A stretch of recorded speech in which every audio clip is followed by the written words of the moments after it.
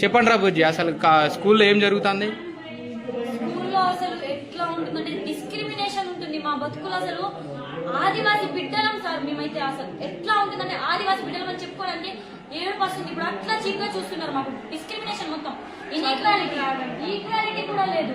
మా బతుకులు అయితే ఇక్కడ మా ఆదివాసీ నాయకుడి ఫోటో పెట్టి మరి గలీజ్ మాటలు, వల్గర్ మాటలు మాట్లాడారు సార్. మా ఆదివాసీ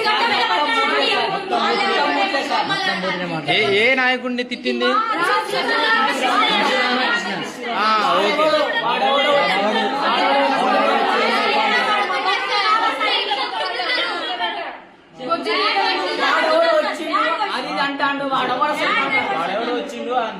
ఏ మమ్మల్ని కూడా అక్కడ చేసేటోళ్ళందరినీ కూడా కొడదామని చెప్పి అన్నారని చెప్పి